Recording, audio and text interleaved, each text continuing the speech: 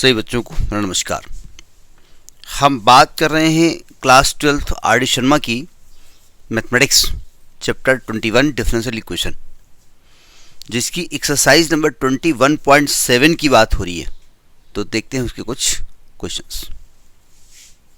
देखिए, इसका 13th question क्या कहता है कि कहता है कि differential equation x dy by D X plus cot Y is equal to 0 को सॉल्व करिए।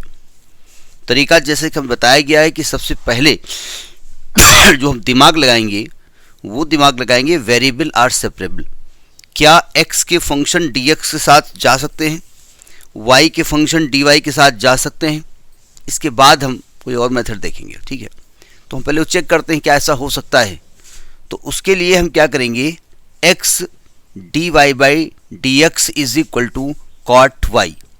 देखो, ये तो हम जानते हैं कि dy और dx न्यूमरेटर में होना चाहिए, क्योंकि उसके रेस्पेक्ट में होता है डिफरेंशिएशन या इंटीग्रेशन। देखो, dy को इधर लिखा रहने दो, कॉट वाई को इधर शिफ्ट कर लाओ और dx और x को उधर ले जाओ, तो आएगा dy upon cot Y is equal to dx upon x। ये माइनस में रहेगा, यहाँ पर माइनस लगा दूँ। अभी माइनस इधर लगाओ चाहे इधर लगाओ, यानी ये आ गया tan y dy is equal to minus 1 upon X D X. अब ये बताइए, क्या इसमें वेरिएबल सेपरेबल हो गया कि नहीं हो गया? हो गया है ना। एक सेकेंड, एक चीज़ देखना चाहते हैं, ठीक। अब क्या करेंगे, दोनों तरफ इंटीग्रेट कर देंगे, ठीक है। अब इंटीग्रेशन किया जाए। अब tan y का y के रेस्पेक्ट में इंटीग्रेशन कर रहे हैं। अब यहाँ पर आपका डिफरेंशियल इक्वेशन का काम खत्म। अब इंटीग्रेशन का शुरू हो गया और इंटीग्रेशन क्लियर होना चाहिए। क्लियर वो नहीं कि दिमाग से क्लियर है, वो वाला नहीं है। tan का इंटीग्रेशन क्या होता है, एक तो होता है माइनस लॉग कॉज एक्स या कॉज वाई, यहाँ चूँकि वाई है, और यह होता है लॉग सेक एक्स। तो आपका जो मन हो लिख दीजिएगा। मैं यहाँ लिख रहा हूँ log sec Y, log sec Y. अच्छा, बेस आपका यहाँ पर ई होगा। और हमने बार बार बताया है कि स्टैंडर्ड बुक्स में या जो कॉम्पिटिटिव एग्ज़ाम होते हैं उसमें लॉग बेस ई को ln लिखा जाता है, नेचुरल लॉगरिथम, ठीक है। अच्छा, माइनस 1 अपान एक्स का क्या होगा integral, log x to base c. एक चीज़ हम बार बार बताते हैं कि जो कांस्टेंट होता है ना, वो चाहे x की तरफ जोड़ो चाहे y की तरफ जोड़ो, ये आपकी मर्जी। लेकिन चूँकि किसी भी फंक्शन का इक्वेशन y बराबर एफ एक्स के रूप में लिखते हैं, तो हम कांस्टेंट x तरफ जोड़ते हैं। पहली बात ये है, हम जोड़ते हैं, नियम नहीं है कोई। दूसरा, हमने बताया कि भाई इधर अगर सिमेट्री है, ये भी लॉग है ये भी लॉग है, तो उसको भी लॉग के फॉर्म में जोड़ दो। नियम नहीं है, जोड़ने को आप कुछ भी जोड़ सकते हैं, लेकिन हम यहाँ जोड़ेंगे log c. Log c to base e तो रहेगा ही। अब ऐसा करो कि एक्स वाई एक खानदान के, तो इसको इधर ले आओ, तो log sec Y plus log X is equal to log C. Base यहाँ पर ई है। अब यहाँ लॉग का रूल होता है log m plus log n, log m into n. तो ये हो जाएगा log sec y into x is equal to log c. अब लॉग हट जाएगा तो ये हो जाएगा x into sec y is equal to c, या एक्स इज इक्वल टू, चूँकि सेक को 1 अपान कॉज लिख सकते हैं तो सी कॉज वाई लिख सकते हैं, सी कॉज वाई। तो ये हो जाएगा आंसर, ठीक। अब आप कहेंगे अगर हम लॉग सी न जोड़ते, केवल सी कर देते तब, तो उस केस में क्या दिक्कत होती? देखिए, दिक्कत ना होती, मतलब हम यहाँ पर लॉग नहीं जोड़ना चाहते, हम केवल सी जोड़ना चाहते हैं। तो जोड़ दो, हम यहाँ सी जोड़ेंगे, यहाँ सी जोड़ेंगे, यहाँ सी लिखेंगे। यहाँ जब यहाँ लॉग हटेगा ना, तो ई टू पावर सी आ जाएगा। तो e to power c is also a constant, तो उसको ई टू पावर सी लिखो चाहे सी डैश लिख दो, ठीक है, तो भी तो कांस्टेंट ही है ना। तो ये आपका हो गया 13th क्वेश्चन, ठीक है। अब इसी में एक और क्वेश्चन देख लो। इसे हम छोटे छोटे वीडियो अपलोड करते हैं, जैसे कि एक साथ आधा एक घंटा आप ना पढ़ें, क्योंकि आज के स्टूडेंट की जो कॉम्पिटिटिव एग्जाम तैयारी कर रहा है उसकी बात नहीं कर रहे हैं। जनरल स्टूडेंट की एक आदत है कि बहुत देर तक पढ़ना पसंद नहीं करता, जबकि ऐसा है गलत आदत है। देखिए, 14th क्वेश्चन क्या कह रहा है। 14th क्वेश्चन कह रहा है कि dy by D X is equal to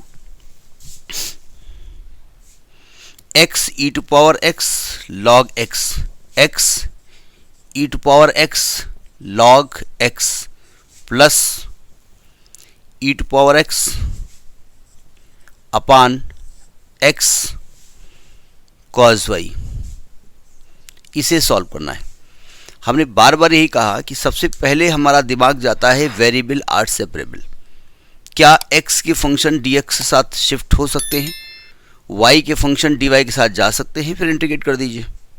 तो एक बात दिख रही है कि ये अकेला y का फंक्शन है, इसको इधर ले आओ तो ये आ जाएगा cos y dy। इधर देखिए, इसमें एक काम करेंगे हम, x E to power x log x के अपान में x अलग कर देंगे plus E to power x में अलग कर देंगे और इसको dx के साथ कर देंगे। ठीक, ये x कट गया और दोनों तरफ इंटीग्रेट कर देंगे। तो इधर क्या इंटीग्रल आने वाला है, इंटीग्रल cos y dy। इधर क्या आने वाला है, integral E to power x log x dx अलग हो जाएगा plus E to power x upon x dx अलग हो जाएगा। सावधान, देखो पहली बात तो ई टू पावर x का ना तो कभी इंटीग्रल खत्म होने वाला है ना तो डिफरेंशिएशन खत्म होने वाला है। आपको याद हो इंटीग्रेशन बताया गया था कि जब प्रोडक्ट रूल दो लगने होते हैं तो या तो दो अलग अलग लगेंगे, अलग की बात है। इसमें एक का इंटीग्रल करने पर दूसरा अपने आप कैंसिल होने के चांसेस होते हैं। तो इन दोनों में से एक में आइलेट लगेगा, एक में आइलेट नहीं लगेगा, ये दिमाग लगाना पड़ेगा।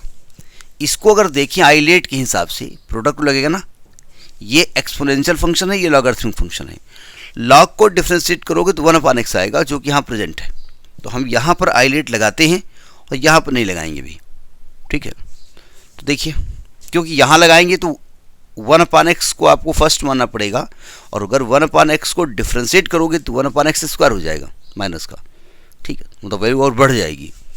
तो cos y का तो इंटीग्रल हो जाएगा माइनस का sin y। यहाँ देखिए, यहाँ लगाओ प्रोडक्ट रूल, फॉर्मूला आपको मालूम है, log x को फर्स्ट फंक्शन मानेंगे और ई टू पावर x को सेकेंड फंक्शन मानेंगे। भाई आइलेट में ई एक्सपोनेंशियल है और एल लॉगरिथम है, जो पहले इसमें आता है वो फर्स्ट माना जाता है।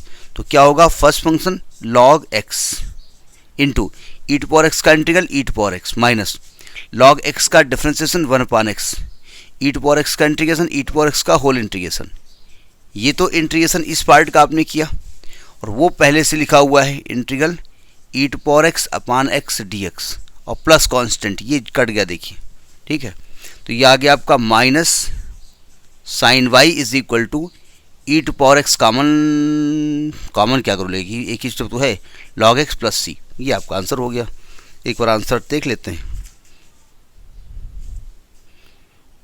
माइनस साइन y और सॉरी cos y का इंटीग्रल साइन y होता है, साइन x का डिफरेंशिएशन cos x होता है ना, cos y का इंटीग्रल साइन y होता है। ठीक है, तो आंसर आपका इसी फॉर्मेट में आ रहा है। ठीक है, साइन y बराबर e to power x log x plus c। ठीक, तो दिस इज 14th क्वेश्चन। ठीक, next in the next video. नमस्कार।